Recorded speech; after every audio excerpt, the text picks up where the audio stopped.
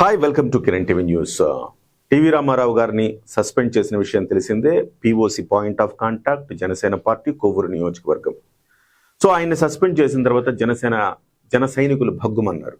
So అందులో రాసిన పదాలు కావచ్చు, కూటమి స్ఫూర్తికి విఘాతం కలిగిస్తున్నారు కాబట్టి ఆయన్ని సస్పెండ్ చేస్తున్నామని చెప్పడం కావచ్చు, వీటన్నిటి పట్ల కొంత అసంతృప్తి వ్యక్తం చేశారు. ఎప్పుడైతే జన సైనికుల్లో కొంత ఆగ్రహం పెల్లుబికిందో ఆ క్షణం పార్టీ కాస్త ఆలోచనలో పడ్డట్టు కనబడుతోంది. దీనికి సంబంధించి తాజాగా జనసేన శతజ్ఞి టీం ఒక ట్వీట్ చేసింది. అంటే జనసేన శతజ్ఞి టీంని ఎందుకు నేను ఇక రెఫరెన్స్గా తీసుకుంటున్నానంటే, ఒక రకంగా చెప్పాలంటే జనసేన శతజ్ఞి టీం అంటే జనసేన మౌత్ పీస్గానే మనం చెప్పొచ్చు. సో వాళ్ళు ఏమంటున్నారు, పార్టీ ఏదైనా చర్య తీసుకుంటే బయటకు తెలియని కారణాలు అనేకం ఉంటాయి, కేవలం ఆ క్షణం భావోద్వేగానికి గురి కావటం సరికాదు, ఇది వీళ్ళు చెప్పింది. అంటే ఇప్పుడు ఈ ట్వీట్ ప్రకారం మనకేం అర్థమవుతోంది అంటే, ఏవో మనకు బయటకు చెప్పలేని కారణాలు లేకపోతే బయటకు తెలియని కారణాలు అనేక ఉన్నాయి కాబట్టే ఆయన మీద చర్య తీసుకున్నాం అనేది. సో అలాంటప్పుడు నేనేమంటున్నానంటే, స్ట్రైట్ అవే చెప్పి ఉంటే జన సైనికుల్లో ఇంత ఆగ్రహం వచ్చేది కాదు కదా. ఒకవేళ టీవీ రామారావు గారు చేయకూడని పనులు ఏమైనా చేస్తున్నారా? పోనీ పవన్ కళ్యాణ్ గారిని ఏమైనా తోలనాడారా? తెలుగుదేశం పార్టీ అధినేత చంద్రబాబు గారిని ఏమైనా విమర్శించారా? లేదు పార్టీ కేంద్ర కార్యాలయంలో ఉండే పెద్దలతో సఖ్యతగా లేరా?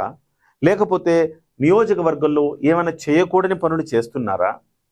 సో అంటే మన పరువుకు భంగం, పార్టీ పరువుకు భంగం కలిగే పనులు ఏమన్నా ఆయన చేస్తున్నారా?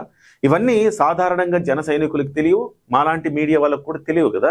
మీరు ఆ కారణాలు, ఇదిగో కారణం 1, కారణం 2, కారణం 3, కారణం 4, ఈ కారణాల వల్ల ఆయన్ని సస్పెండ్ చేస్తున్నామని చెప్పి ఉంటే అసలుకి ఈ సమస్యే వచ్చేది కదా. ఓహో, టీవీ రామారావు గారు ఇలాంటి బిహేవియర్తో ఉన్నారా, ఇలాంటి పనులు చేస్తున్నారా అని చెప్పి అందరూ అర్థం చేసుకునేవాళ్ళు. అలా కాకుండా కూటమి స్ఫూర్తికి విఘాతం కలిగిస్తున్నారు అని ఎప్పుడైతే మీరు చెప్పారో, ఆయన మాట్లాడిందేమో జన సైనికుల కోసం మాట్లాడారు. మాట్లాడినప్పుడు అది కూటమి స్ఫూర్తికి భంగం అని ఎప్పుడైతే చెప్పారో, ఇది జన సైనికుల ఆగ్రహానికి కారణమైంది.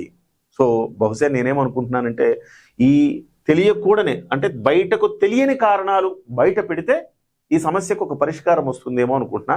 జడ్జి చేయాలి కదా. ముఖ్యంగా ఇది వైసీపీకి అస్త్రం కాకూడదు.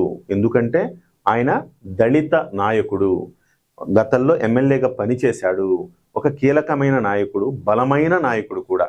నిజంగా ఇవాళ గతంలో కూడా మొన్న 2024లో కూడా ఆయనకు గనక సీట్ ఇచ్చుంటే ఖచ్చితంగా గెలిచేవాడు. ఆ స్థాయి నాయకుడు ఆయన్ని ఈ రకంగా పంపించేయడం అనేది పార్టీ నుంచి ఒక రకంగా దళితుల్లో కూడా ఆగ్రహానికి కారణం కాకూడదంటే దీనికి సంబంధించిన సరైన రీజన్స్ బయటికి చెప్పాల్సిన అవసరం ఉన్నది.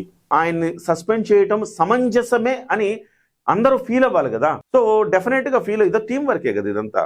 అందరు ఫీల్ అవ్వాలంటే ఈ కారణాలు ఏవో పార్టీ బయటకు చెబితే, ఎవరైతే పెద్దలు ఉన్నారో వాళ్ళందరూ కూడా ఈ కారణాలను బయటకు చెప్పి మరొక నోటు విడుదల చేస్తే బాగుంటుందేమో అని నాకు అనిపిస్తోంది. మీ అభిప్రాయం కూడా తెలియచేయండి.